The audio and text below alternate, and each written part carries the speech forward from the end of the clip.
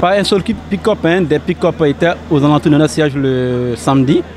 Et un des pick-up était à la rentrée principale. C'est effectif, ce que je vous dis. Elle est vérifiée. Nous estimons que c'est une intimidation qui ne passera pas parce que tout simplement, il est vrai qu'une décision a été prise, nous suspendant pour 90 jours à l'effet d'être régularisé.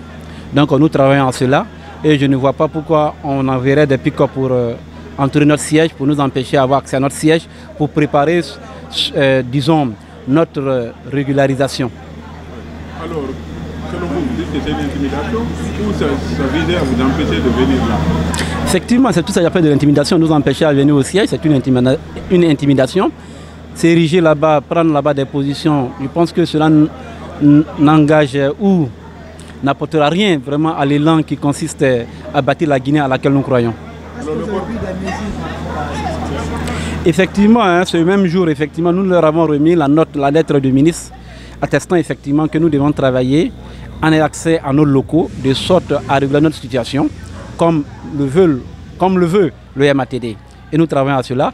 Je pense qu'on a été compris, mais en dépit de cette note que nous leur avons présentée et même donné une copie, ils sont restés jusqu'à ce qu'on finisse la réunion. Alors Ousmane Gawal vous a averti, le porte-parole du gouvernement, si vous ne mettez pas arrêt pendant 90 jours, vous pourrez voir votre agrément retiré. Hein. Vous allez subir la rigueur de la loi. Je pense qu'il n'y a pas plus de rigueur de la loi que de respecter ses engagements. La charte de la transition, elle est claire en la matière.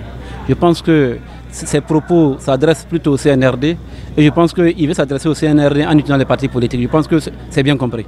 Alors, à quand l'organisation du congrès de l'IFR? Parce que certains disent que le dernier congrès remonte à plusieurs années.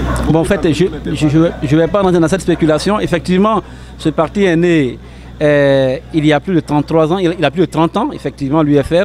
Nous avons travaillé pour que vous-même, la presse, vous puissiez exister. Nous avons travaillé pour que nous ayons une commission électorale indépendante, la CENI. Nous avons travaillé sur les piliers, les instruments de la démocratie.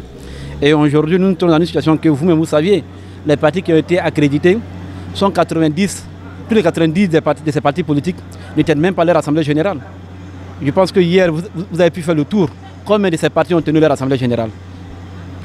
Donc tout cela montre à suffisant qu'il y a une autre volonté. Je pense que le communiqué des forces vives du 14 mars en fait foi. À quand l'organisation du congrès de l'IFR? Très bientôt, nous travaillons effectivement pour l'organisation du congrès et un communiqué sera produit à cet effet et vous serez situé la date exacte de notre congrès. Qu'est-ce qu'on vous reproche finalement? Vous avez fait le bilan?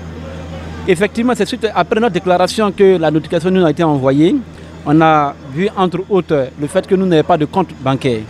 Alors qu'on a un compte bancaire, je pourrais vous donner le numéro de notre compte bancaire qui est à Ecobank. On nous fait comprendre que nous n'avons pas de liste de bureau exécutif, alors que nous en avons.